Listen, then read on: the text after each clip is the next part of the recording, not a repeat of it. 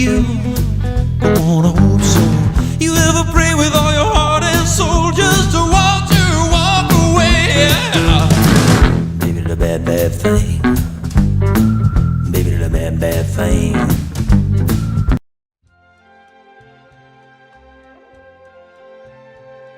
The premise in a world of Eyes Wide Shut is relevant, thoughtful, and layered. The movie follows the marriage of a wealthy couple, Bill and Alice Hartford, through the trials and tribulations of lust, curiosity, and freedom. Based on the balanced premise that both men and women seek to break free beyond the constraints of marriage and responsibility into a dangerous world of carnal freedom and exploration, only bound by their commitment to their marital vows. Thoughtfully exploring this premise, the film presents a complete arc for both members of the couple through a complex dream story where the lines between truth and fiction are often blurred.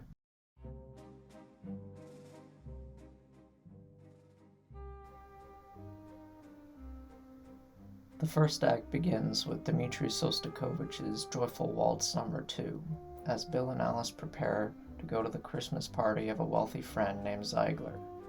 The tone is homely and secure, with everything appearing as it seems on screen.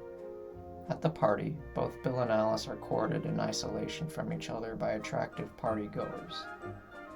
Neither of them resist the advances, but both encounters ultimately end in the affirmation of their marital vows, finding each other at the end of the party once more.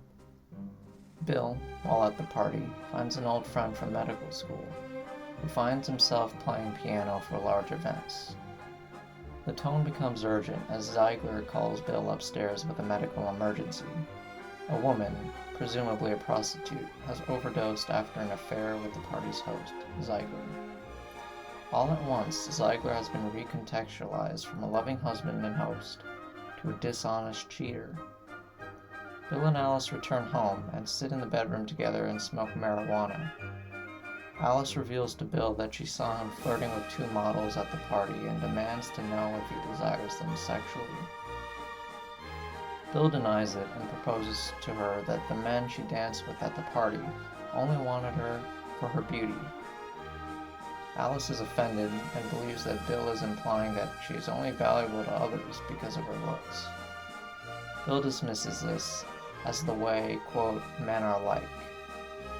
Alice purports that then Bill must be the same way, and states that she is also capable of desiring men other than her spouse, and indeed did so unbeknownst to Bill years earlier while on a trip with him. This notion haunts Bill and causes him to reevaluate his marriage and vows to Alice. He leaves home on a medical emergency where his patient kisses him without warning. He leaves to wander the street and sees a prostitute, but cannot bring himself to have an affair with her. The tone shifts to one of rebellion and spitefulness, as Bill seeks love outside his marriage, not for lust, but for malice towards Alice. Bill shows no real sign of attraction to the prostitute, and gives up quickly on his plan. Thus ends the first act. In this, Bill has his masculine naivete broken by his wife Alice. He leaves the security of his home into an imposing city landscape where he is free of his vows. As the city represents opportunity for Bill, it also represents the unknown, and there's truly no greater fear in life than this.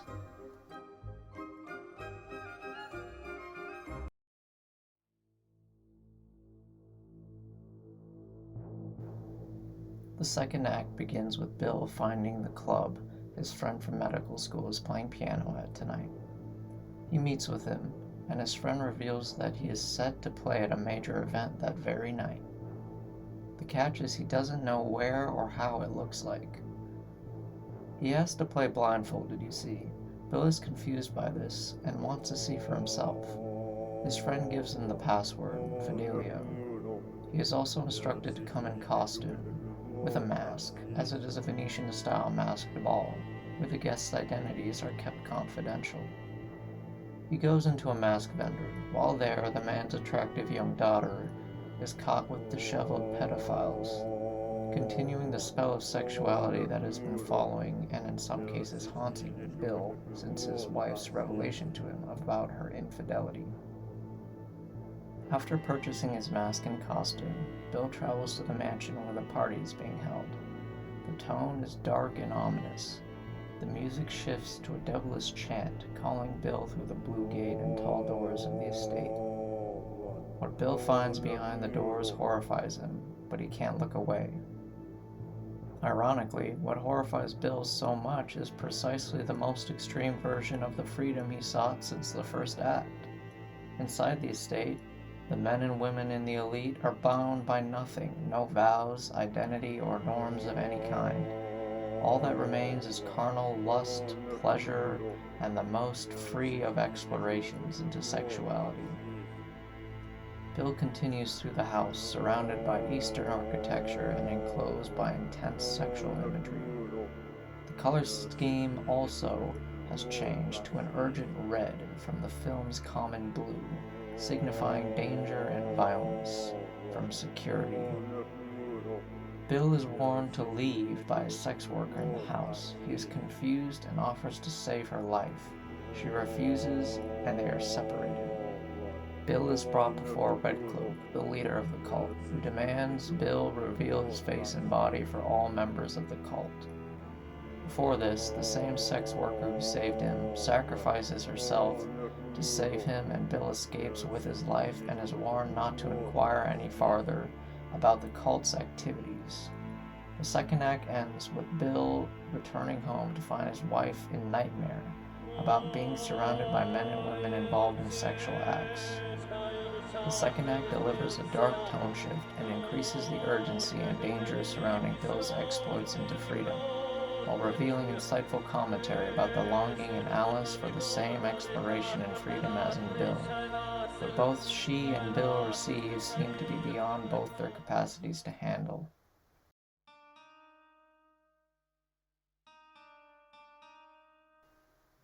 Bill decides to defy Redcloak and inquires into the location of his friend, the piano player. He locates his hotel and speaks to the receptionist.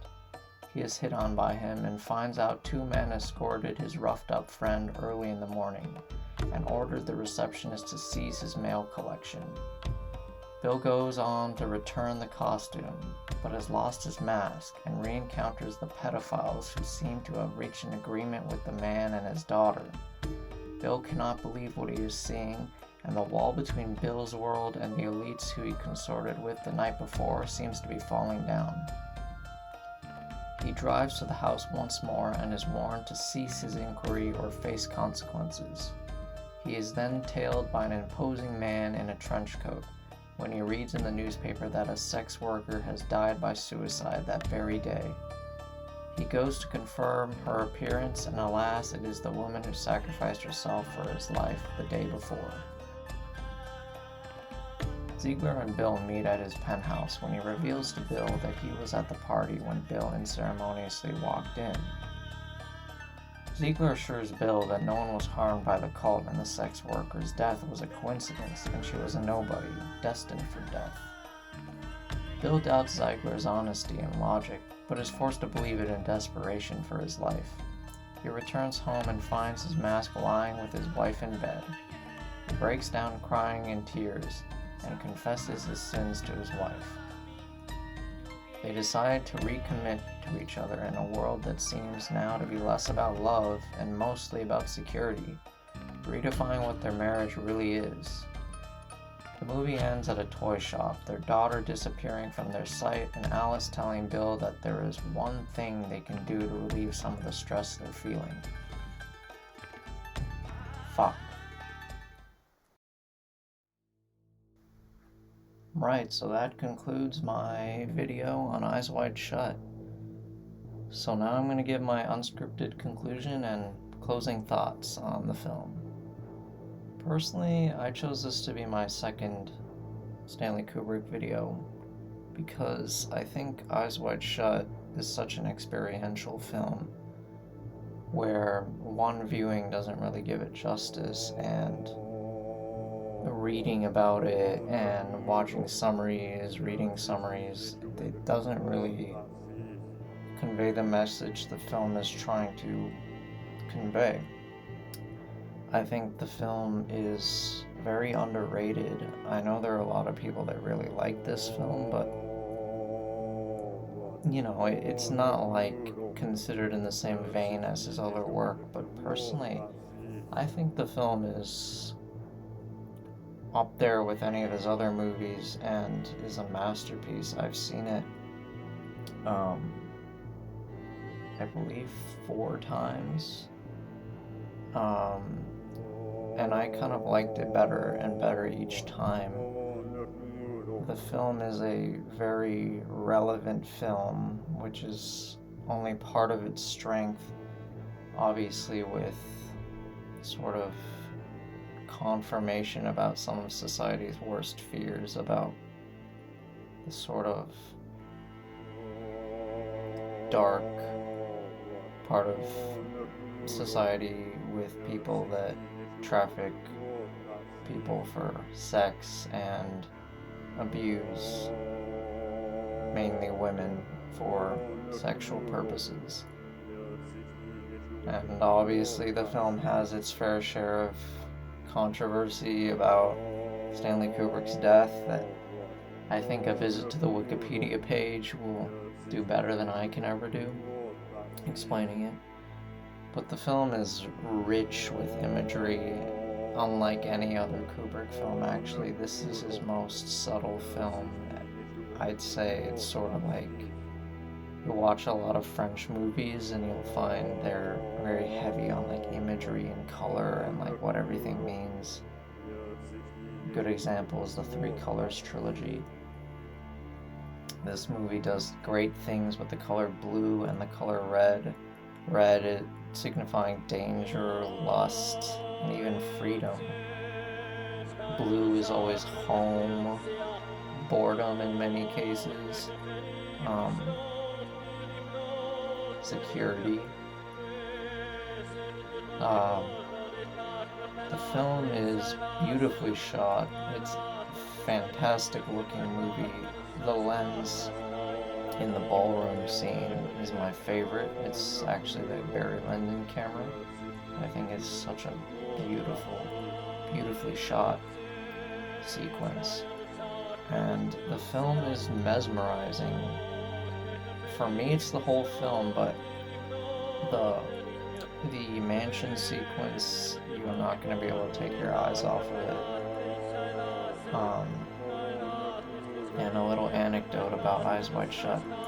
When I first watched the film, I really didn't know if I liked it, to be honest.